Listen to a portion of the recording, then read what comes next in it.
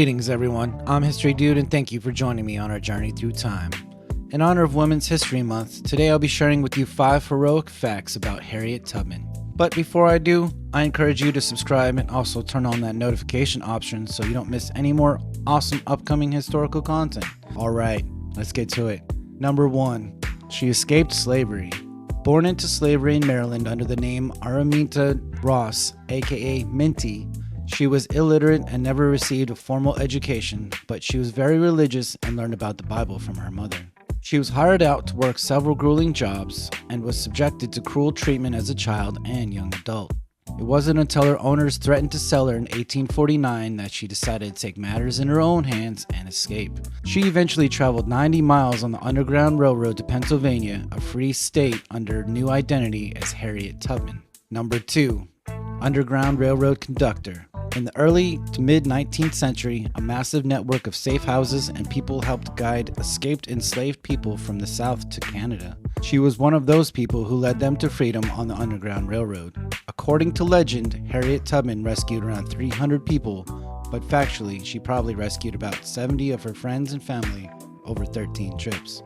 Tubman also gave advice and helped others learn how to be conductors. She used several strategies including disguises and would pretend to be a man or elderly woman. She also preferred to travel during the winter, which provided longer nights for moving in the darkness. To protect herself, she carried a pistol as well as drugs that could sedate a crying baby. Number 3. Nurse and Union spy. In April 1861, the American Civil War broke out and Tubman saw an opportunity to get involved. She enlisted in the Union Army as a nurse where she cared for wounded soldiers with natural remedies using her knowledge of plants to heal them. She was also a spy. In South Carolina, she was part of the 2nd South Carolina Volunteer Infantry Regiment and later worked with the 54th Massachusetts Infantry Colored Troops Regiment. It was a small scouting unit that collected intelligence behind enemy lines on the Confederacy, but also she acted sort of like a special operations specialist. She would gather intelligence from the enslaved on where Confederate troop movements and encampments were and fed it up the chain of command. Number 4. Civil War military leader.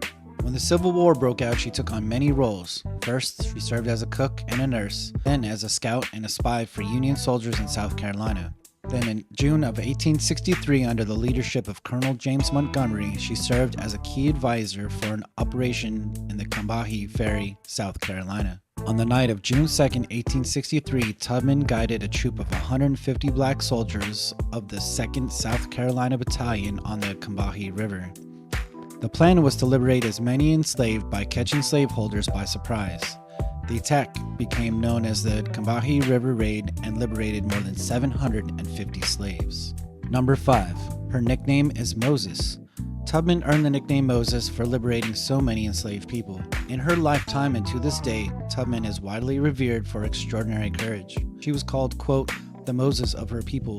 It's a biblical reference to Moses, the prophet who led enslaved Israelites out of Egypt into the promised land of Canaan.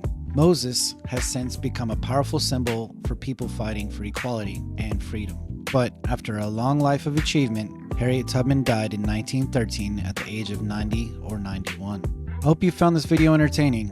If you have, hit those like and subscribe buttons down below and leave me a comment on your thoughts. I'm your local historian, and that's History Dude.